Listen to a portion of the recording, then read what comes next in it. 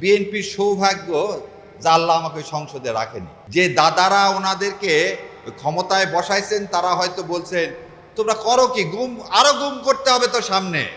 ওই জন্যে মাননীয় স্বরাষ্ট্রমন্ত্রী বলছেন মবের নামে রাস্তায় নামতে দিব না। মাননীয় প্রধানমন্ত্রী, আপনি সরকার, আপনি হচ্ছে জনগণের সেবক, আপনি সেই সেবক হয়ে মালিকের কথা শুনতেছেন না, মালিক কিন্তু আপনাকে ফেলে দিবে। এই সংসদে দাঁড়িয়ে যারা জুলাইকে বলতেছে জুলাই অক্ষরে অক্ষরে পালন করবে, এই দুটা লোকও এ দেশে ছিল না এই আন্দোলনের সময়। একজন ছিলেন লন্ডনে আর একজন ছিলেন শিলংয়ে। সেই জন্য আমি বললাম কভু আসি বিষে দংশিনী যারে। আরে আপনি তো ছিলেনই না, আপনি দেখছেন, তা আপনি কিভাবে বুঝবেন এই ব্যথাটা?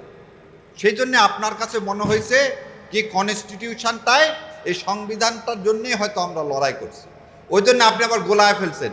90 সালকে আপনি কি করছেন যে এই বিপ্লবের সাথে তুলনা করতে যাচ্ছেন। আমি মাঝে মাঝে ভাবি যে বিএনপির সৌভাগ্য যে আল্লাহ আমাকে সংসদে রাখেনি।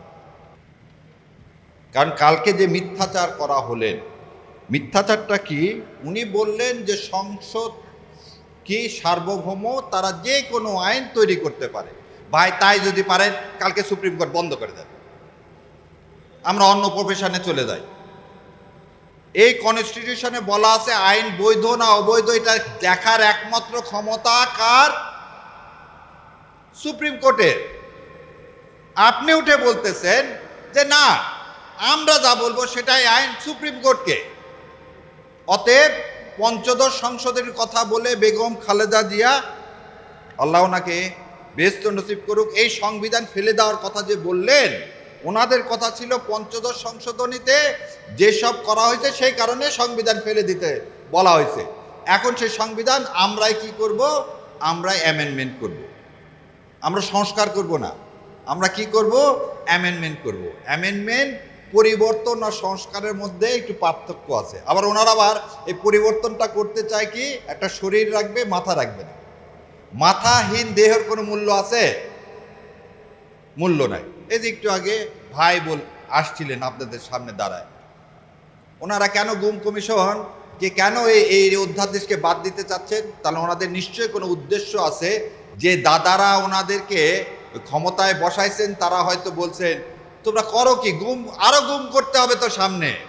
ওই জন্যে মাননীয় স্বরাষ্ট্রমন্ত্রী বলছেন মবের নামে রাস্তায় নামতে দিব না। তাহলে একটার সাথে আর একটার সম্পর্ক দেখেন। এবার আমি আপনাদেরকে আর একটা দিকে নিয়ে যাই, সেটা হচ্ছে রাষ্ট্রের আমরা জনগণ এই সংবিধান অনুযায়ী মালিক।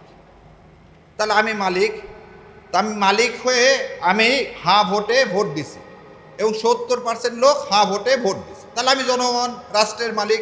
আমি এখন মালিক হয়ে, তুমি সরকার তোমাকে আদেশ দিচ্ছি তুমি জুলাই সনদ যা যা আছে তাই পালন করো। তা মালিকের কথা কি তুমি কি করতে পারো? অগ্রাহ্য করতে পারো?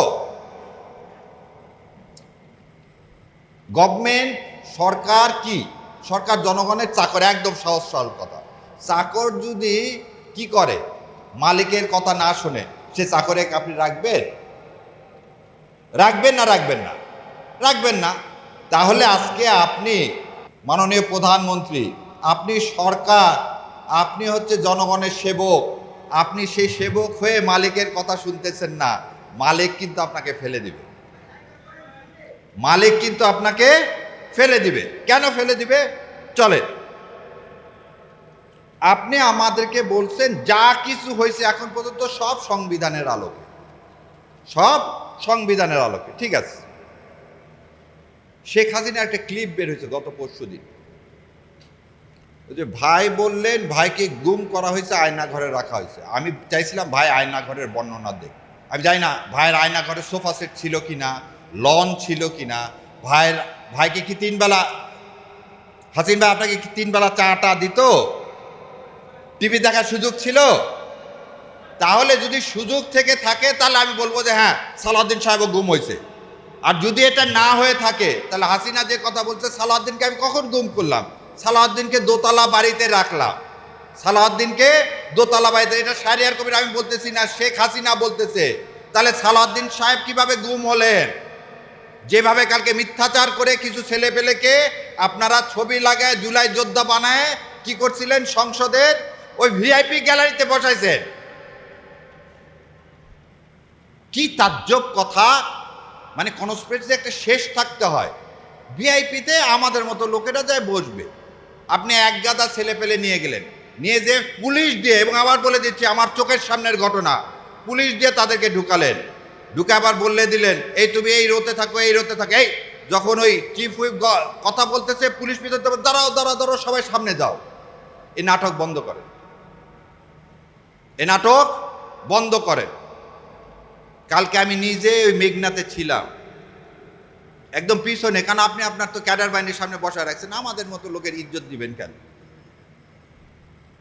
পৃথিবীর ইতিহাসে এটা বিরল, পৃথিবীর ইতিহাসে এটা বিরল। এবং বেগম জিয়া সেই সময় আপোষ করলেন, আওয়ামী লীগের হাতে ক্ষমতা দিলেন এই দুই সন্তানকে বাঁচানোর জন্য।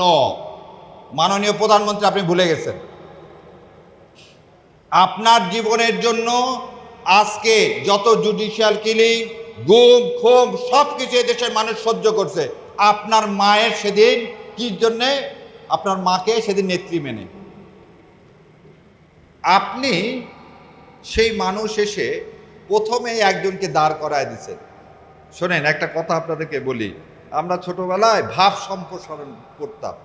সে ভাব সম্প্রসারণে ছিল কি যাতনা বিষে বুঝিবে কিসে, কবু আসে বিষে দংশিনী যায়। এই কথাটা কেন বললাম? 71 সালে 25শে মার্চ শেখ সাহেব কোথায় চলে গেলেন? পাকিস্তানে চলে গেলেন। 9 মাস কি পাকিস্তান থেকে সে যুদ্ধ দেখছে? যুদ্ধ কিরকম হবে হয়েছে দেখা গেছে?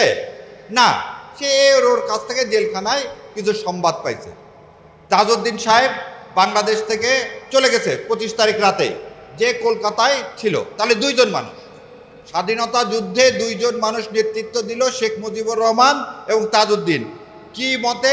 এই সংবিধান মতে। এখানে তো ইয়া নাই, কে প্রেসিডেন্ট জিয়াউর রহমানের নাম নাই। তাহলে এই সংবিধান যদি ঠিক হয়, তাহলে যুদ্ধের নেতৃত্ব দিল কে? দুইজন লোক। কে কে দুইজন লোক? শেখ মুজিবুর রহমান আর তাজউদ্দিন, যে দুইজন সামনে থেকে কোনো নেতৃত্ব দেয়নি। কোনো ভালো মানুষ আওয়ামী লীগ করতে পারে না, কোনো ভালো মানুষ আওয়ামী লীগ করতে পারে না। কারণ যাকে এই ছবিতে দেখতেছেন, উনি কিন্তু ছাত্রলীগ করতেন, উনি ভিপি ছিলেন, কিন্তু আওয়ামী লীগের আমলে আওয়ামী লীগের দুর্নীতি প্রতিবাদ করাতে 74 সালে ওখানে কারাবন্দি করা হয়। তার মানে পরবর্তীতে আপনারা সবাই মিলে দেখেন, শাহ মুয়াজ্জেম কে ছিলেন? ছাত্রলীগের সভাপতি ছিলেন। মিজানুর রহমান কে ছিলেন? এবং আপনাদের মাধ্যমে আর একটা জিনিস বলি, 62 সালে শেখ মুজিবুর রহমানের জেল হয়েছিল দুর্নীতির দায়ে, জানেন আপনারা? কোনো ইতিহাসের বই এটা পাবেন না। একটা দুর্নীতিবাজ যখন এদেশের রাষ্ট্র ক্ষমতা গ্রহণ করে, তখন তার মাথায় দুর্নীতি ছাড়া আর কোনো কিছু থাকে? তখন ওই রক্ষী বাহিনীর সময় এই ছবি যাকে দেখতেছেন, সেই সময় প্রতিবাদ করাটাও ছিল কি চরম দুঃসাহসিক কাজ। সেই জন্যে আমি আল্লাহর কাছে দোয়া করি যে আল্লাহ ওনাকে জান্নাতুল ফেরদৌস নসিব করুক। আমাদের সবাইকে এই ভয় ভীতির ঊর্ধ্বে রেখে আজকে একটা সুন্দর সোনার বাংলা তৈরি করতে চায়, যে বাংলাদেশে আজাদি হবে, গোলামি হবে না। এখন আমি কিছু জিনিস বলি। আজকে একটু আগে আমার ভাই কর্নেল ভাই বলে দিলেন যে শহীদ রাষ্ট্রপতি জিয়াউর রহমান, তার সন্তান আজকে বাংলাদেশের প্রধানমন্ত্রী। আমি যদি তাকে জিজ্ঞাসা করি গত 17 বছর আমরা বাংলাদেশের জনগণ যে অত্যাচার, গুম খুম এগুলোর কি হয়েছে, সম্মুখীন হয়েছি, সেটা কার জন্য জানেন? যখন তারেক জিয়ার বিরুদ্ধে মামলা হলো, ওনাকে জেলে নিয়ে যাওয়া হলো, এবং ওনার উপর অমানবিক, আমি আবার বলে দিচ্ছি, অমানবিক নির্যাতন করা হলো, যে নির্যাতন এই সংবিধানে নাই। ওনার মাজা ভেঙে দেওয়া হলো, এই সংবিধানে নাই। কোকোকে নিয়ে যাওয়া হলো, অত্যাচার করা হলো, এই সংবিধানে নাই। ওনার মা, আমাদের আপসীর নেত্রী, উনি একজন মা। তো আপনারা এখনো খেয়াল করে দেখবেন হুইল চেয়ারে বসে আছে এয়ারপোর্টে কিন্তু তারেক জিয়া, এবং দাঁতের উপর দাঁত কামড় দিয়ে এইভাবে আছে ব্যথার চোটে।